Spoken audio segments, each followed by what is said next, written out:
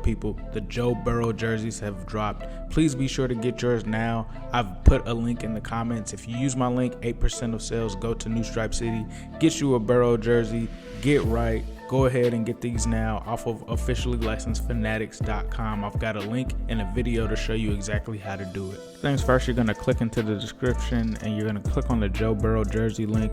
And once you open that in your browser, it's going to take you to Fanatics. And once you get to Fanatics, you simply just have to scroll down, pick your jersey, whichever one you like, pick your size, and then go ahead and make your purchase. And any purchase that you make definitely helps us out here at New Stripe City. Gets you an authentic Joe Burrow jersey. The shipping is free right now. There's even a 365-day return. So if you don't like your jersey, you can always send it back. This is 100% authentic. And right now, I would take advantage of the free shipping. Officially kick off a new day with your Joe Burrow jersey purchase. Welcome to New Stripe City, a YouTube channel for diehard Bengals fans. I'm your host, Ace Boogie. Please be sure to like, comment, and subscribe on this video, and also hit the bell for notifications. Today, we're here to talk about the 2020 undrafted free agent class for the Bengals. You guys have been talking to me about it, asking me for it, and here it is. So we're kicking things off with my man Tyler Clark out of Georgia. He's a defensive tackle. He had a round 7 to priority free agent draft projection. And the overview of him is that he's a guy that has a big motor. He's rarely going to falter. He's able to get in the skinny gaps. He has lateral quickness to make disruptive plays in the backfield. And he does a good job activating his arm length. So he's a guy that sources tell us that he's not a playmaker, but he's kind of a hard guy to keep blocking. He's got a funky style of how he plays, and he's just really slick to sustain against, is what they say about him. So that wraps up my man Tyler Clark.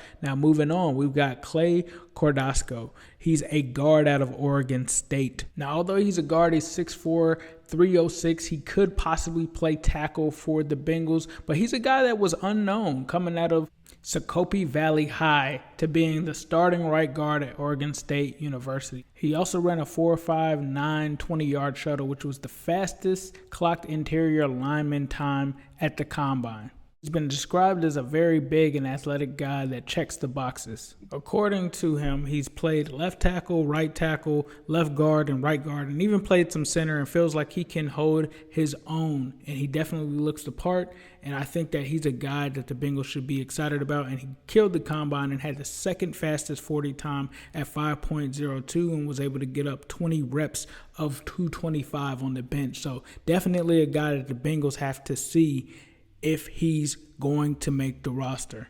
And the next guy is one of the most experienced defensive tackles in Kansas State history. That's Trey Deshawn, who will be bringing his skills to the Bengals for an opportunity to further his football career. At Kansas State, he finished with a career of 93 tackles, 15.5 tackles for loss, 8 sacks, 5 batted balls, and 1 forced fumble. He ranked 6th among Big 12 defensive tackles with 3 sacks in 2019. He played a big part in Kansas State's 8-5 season. The next guy is my man Kendall Futrell out of East Carolina, and this guy ended up having a 2019 season where he had 63 total tackles and 11 sacks. Before that, he only had 3 the year before. But this is a guy that has shown in 1 year that he has some kind of flashes of possibly being an edge rusher. However, he is somewhat undersized. He is possibly at a linebacker weight with him being 6'2", 226 pounds. So he's definitely a tweener that the Bengals will have to utilize.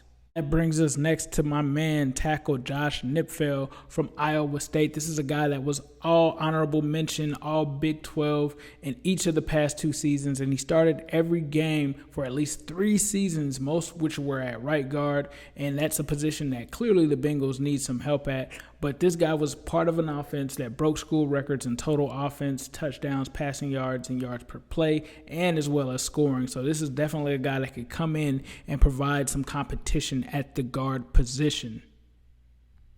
And next up is my man Marcell Spears Jr. He's the son of Marcus Spears, the former Dallas Cowboy defensive lineman, and he comes in at 6 foot, 221 pounds. He plays linebacker from Iowa State, and he was known as being a staple of that defense, and he was definitely a guy that was reliable and played a consistent brand of football. However, he is somewhat undersized, so we'll have to see what kind of impact he can make on a team like the Bengals and see what he can do. He has shown some coverage ability with having 5 interceptions, 2 of which were returned for touchdowns. Next up after that is at the cornerback position, my man Isaiah Swann. This is a guy who has a knack for picking the ball off. 17 career interceptions, 4 pick sixes, ran a 4.4 40. Definitely a guy to really keep your eyes on because this guy is a potential sleeper. Posted great numbers there, had a knack for being around the ball.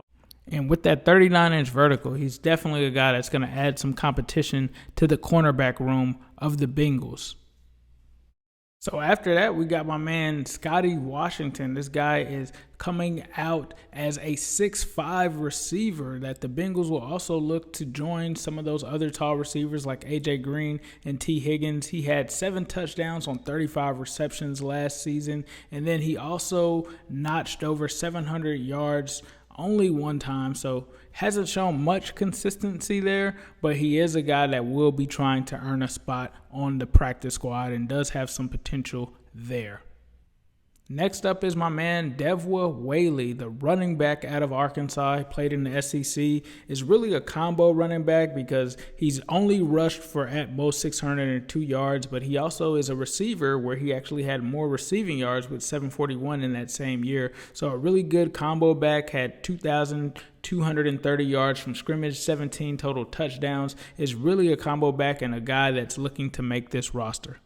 And last but certainly not least is my man Mitchell Wilcox, the tight end from South Florida. I think that he has the best chance to make this roster. He's a guy that's an inline tight end at 6'3", 247, 32-inch arms, has small hands at 9-inch hands, but is a guy that I think can really do something in the blocking game and can really be aggressive as a receiver and as well as a blocker. He's really good at blocking, but he is a guy that also caught 5 touchdowns last season for South Florida. I think he's got a lot of potential and could be a guy that could make this roster.